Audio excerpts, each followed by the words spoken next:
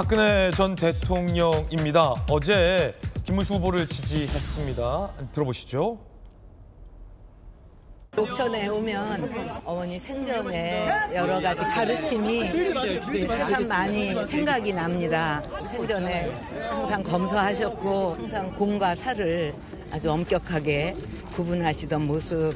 김문수 후보께서도 여기 다녀가시면서 아주 뜻깊은 시간을 보내셨다고 그렇게 들었습니다.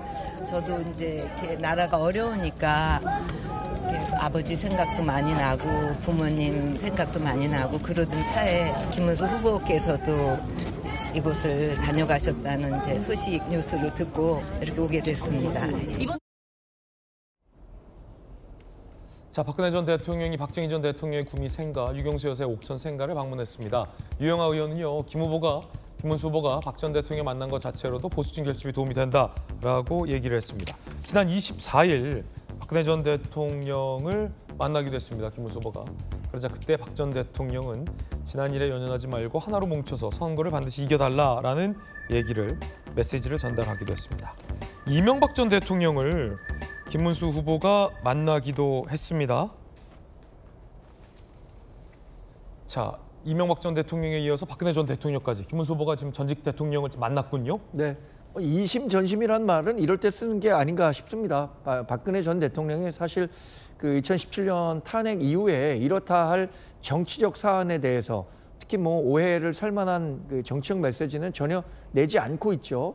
그러나 이번 그 선거의 중요성을 감안했을 때 보수 대통합을 이뤄서 김문수 후보가 당선돼야 한다는 생각은 아마 마음속으로 하고 계실 거예요. 실제 메시지도 그렇게 냈고 이번에 박정희 전 대통령 생가와 유경수 여사의 전 생가를 방문한 것도 저는 그 일환이라고 봅니다. 이 박근혜 전 대통령의 행보를 보는 것만으로도 박근혜 전 대통령이 어떤 생각을 하고 있는지 이심전심으로 이해하실 수 있을 거라고 생각합니다. 예, 양태경 변호사님 어떻게 보십니까? 예, 충분히 있을 수 있는 일이라고 생각합니다. 사실 이제 지금 점점 선거가 얼마 안 남은 시점에서 이제 각 후보자 지지자들이 이제 결집하는 양상을 보이고 있고요. 그런 면에서 사실 박근혜 전 대통령이 과거에 이제 선거의 여왕으로 이제 그런 별명으로 불렸던 분이기 때문에 그런 면에서 어쨌든 김문수 후보 측의 지지를 위해서 저렇게 생가 방문을 하는 것은 저쪽 진영 입장에서는 충분히 그럴 수 있다. 그렇게 생각을 하고요. 하지만 이제 이번 선거가 단순히 보수냐 진보냐의 대결이 아니라 이게 비상계엄 이후 지금 내란 혐의까지 이어진 결국 이제 헌법이냐 반헌법이냐 과연 내란의 강을 넘어서 내란 종식이냐 아니면 내란이 계속 유지되느냐 그거에 대한 선거이기 때문에 과연 이제 실제 투표장에서는 어느 쪽에서 어떤 쪽으로 선거를 하고 투표를 해야 될지는 국민들이 결정할 것으로 보입니다. 예, 이명박 전 대통령은 끝까지 이준석 후보를 진정성 있게 설득하라는 메시지를 전했다고 합니다. 들어보시죠. 아이고, 여기까지 멀리 오시겠어요. 아이고. 내가 가서 해야지.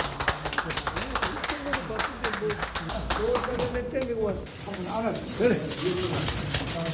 후보 얼굴 뛰어나오네요. 그래. 이런 깨끗한 김문수 후보를 당선시키기 위해서 왔습니다.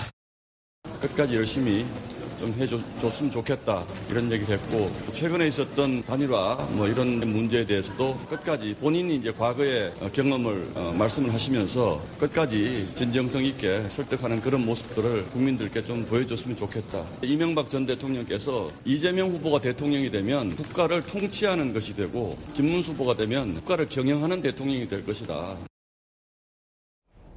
예, 6.3 대선 하투까지 살펴보셨습니다.